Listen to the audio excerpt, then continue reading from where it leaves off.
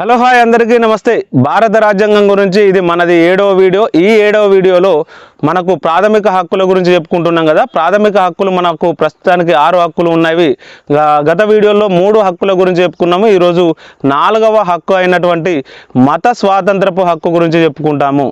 ఈ మత స్వాతంత్రపు హక్కు గురించి భారత రాజ్యాంగ నిర్మాతలు భారత రాజ్యాంగంలో 25వ ఆర్టికల్ నుంచి 28వ ఆర్టికల్ వరకు పొందుపరిచారు. అంటే 4 ఆర్టికల్స్ ఉన్నాయి. ఈ 4 ఆర్టికల్స్ను కనుక చూసుకున్నట్లయితే మతానికి సంబంధించిన మనకు సున్నితమైన అంశాలుగా మనం చెప్పుకోవచ్చు. మరి 25వ ఆర్టికల్ ఏం చెప్తుందంటే ఒక వ్యక్తికి ఉన్నటువంటి మత స్వేచ్ఛ గురించి చెప్తుంది. అంటే ఒక వ్యక్తి ఏ మతాన్ని స్వీకరించాలనేది అంటే వేరేటోళ్ళ ఇష్టం కాకుండా ఆ వ్యక్తి యొక్క ఆత్మ ప్రబోధానుసారం ఆ మతాన్ని స్వీకరించవచ్చు అని చెప్పేసి మనకు ఇక్కడ రాజ్యాంగంలోని 25వ ఆర్టికల్ చెప్తుంది. అంటే తన ఇష్టానుసారం ఏ మతాన్నైనా స్వీకరించవచ్చు అనేది అటువంటి హక్కును మనకు భారత రాజ్యాంగం కల్పించింది. 26వ ఆర్టికల్ ప్రకారం ఏంటంటే ధర్మాదాయ సంస్థలను ఏర్పాటు చేసుకోవచ్చు. అంటే ఒక మతాన్ని మనం ప్రచారం చేసి దాన్ని డెవలప్మెంట్ చేసుకునే సమయంలో ఒక సంస్థలను ఏర్పాటు చేసుకోవచ్చు. ఆ సంస్థలకు మనం స్థిర చర ఆస్తులను కూడా కూడబెట్టుకోవచ్చు అని చెప్పేసి మనకు 26వ ఆర్టికల్ చెప్తుంది.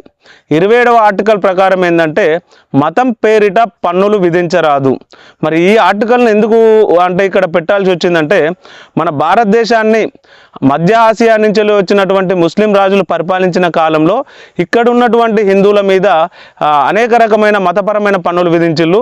ఎగ్జాంపుల్ ఏంటంటే మన అందరికీ తెలిసింది జీజియా పన్ను. సో ఇలాంటి మతపరమైన పన్నులు విధించిళ్ళు. కాబట్టి ఇప్పుడు అలాంటి పన్నులు విధించరాదని చెప్పేసి మనకు భారత రాజ్యాంగ నిర్మాతలు 27వ ఆర్టికల్లో పొందుపరిచారు.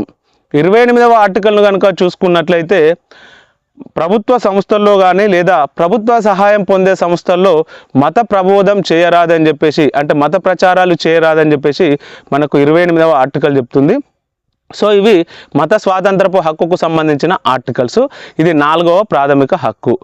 అయితే ఇదే విధంగా మనం మొన్న కోయిలమ్మ సీరియల్లో 500 పాటలు రాసిన మౌనశ్రీ మల్లిక్ గారిని ఇంటర్వ్యూ చేయడం జరిగింది. దానికి సంబంధించిన లింకును నేను డిస్క్రిప్షన్లోను మెసేజ్ బాక్స్లోను ఇస్తాను. ఆ వీడియో కూడా చూడండి. మన ఛానల్ను సబ్స్క్రైబ్ చేసుకోండి. మరిన్ని వీడియోస్ కోసం నాకు సపోర్ట్గా ఉండండి. Thank you.